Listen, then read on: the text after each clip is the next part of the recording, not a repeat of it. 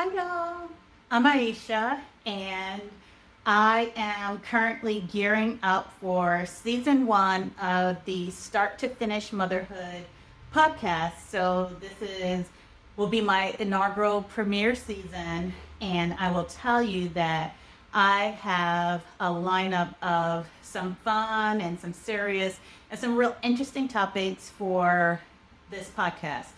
And so I will say that as I sit down and I think about the ideas and how I like to script out the different episodes, there's a lot of yourself that goes into how you parent and how your children will needle you.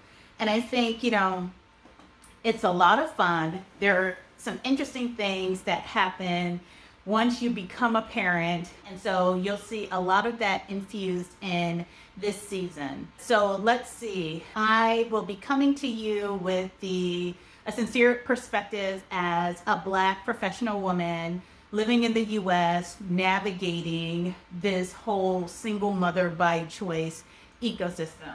And it has been such a fun and wonderful journey. And I call it a journey because it's complicated, right? There's a lot of growth that happens for yourself. You grow with your kids, you grow into being a mom, you grow into the different ways your life will transition. And those are a lot of the things that we'll talk about in this podcast. I am a single mother by choice to two little girls. My journey involved IUI, IVF, sperm banks, a couple of sperm banks, donor sperm, donor egg. I had gone through all the different journeys just to find my two. And I will tell you, I sometimes tell people when they ask me about being a single mother by choice, and I feel like I've reached into the universe and just snatched happiness. This is a life that I did not fully imagine having. I think I mentioned a number of times that I was a rules girl. There was a certain way and a certain order for doing motherhood in my mind. And as you age, you realize that things are less black and white and more complex. And so when I came on this journey, I was a bit naive in terms of thinking, it might be easy to get pregnant. And it was for my first, but it was not for my second. And so you'll see a lot of the realness infused in the podcast as well. And I will tell you that there's a lot of soul searching that happens when you become a parent. And if you want to do it in a way that breaks a lot of generational things. And so, but there are also some things that you hold on to.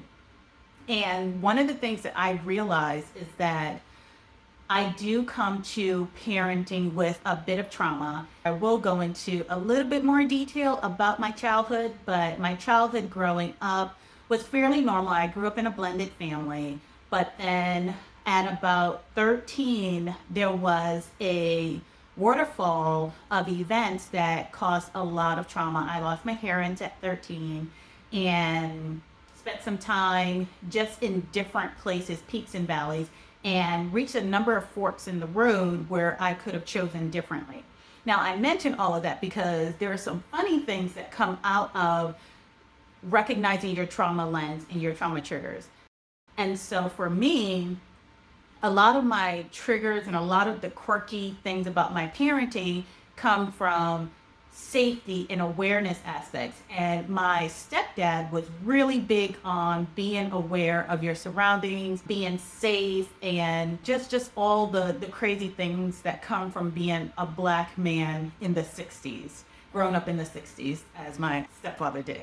And so for me, the way that it shows up for my kids is making sure that they are able to take verbal commands and verbal cues and get themselves to safety. And so one of the drills that I realized inadvertently that I was doing was a car drill. So if we ever needed to run out of the house and get to the car quickly, what we do as part of our drill is, well, one of the things I wanted to make sure that the girls knew how to do was strap themselves into their seatbelts so that if we ever needed to leave in a hurry, all I needed to do was hop in the driver's seat and strap myself in and then drive. And so the way that I enact this is I tell my daughters to imagine it's a zombie apocalypse and we need to get in the car quickly. So now that my girls are like 8 and 3, they can do this. So my big girl gets in the car, so she knows how to strap herself in. The baby is learning how to strap herself in. My daughter knows, the big girl knows how to reach over and help her sister get strapped in.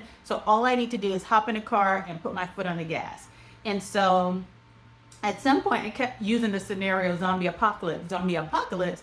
And my oldest daughter was like, well, mommy, what happens if the zombies reach in and grab me? And I had to let her know, well, the zombies get you. You're part of the zombie nation now. You're no longer part of the human race, so we gotta let you go. And, so that kind of shook her to the core, but I'm tickled by it. But that means that she needs to get in the car and she needs to stay focused.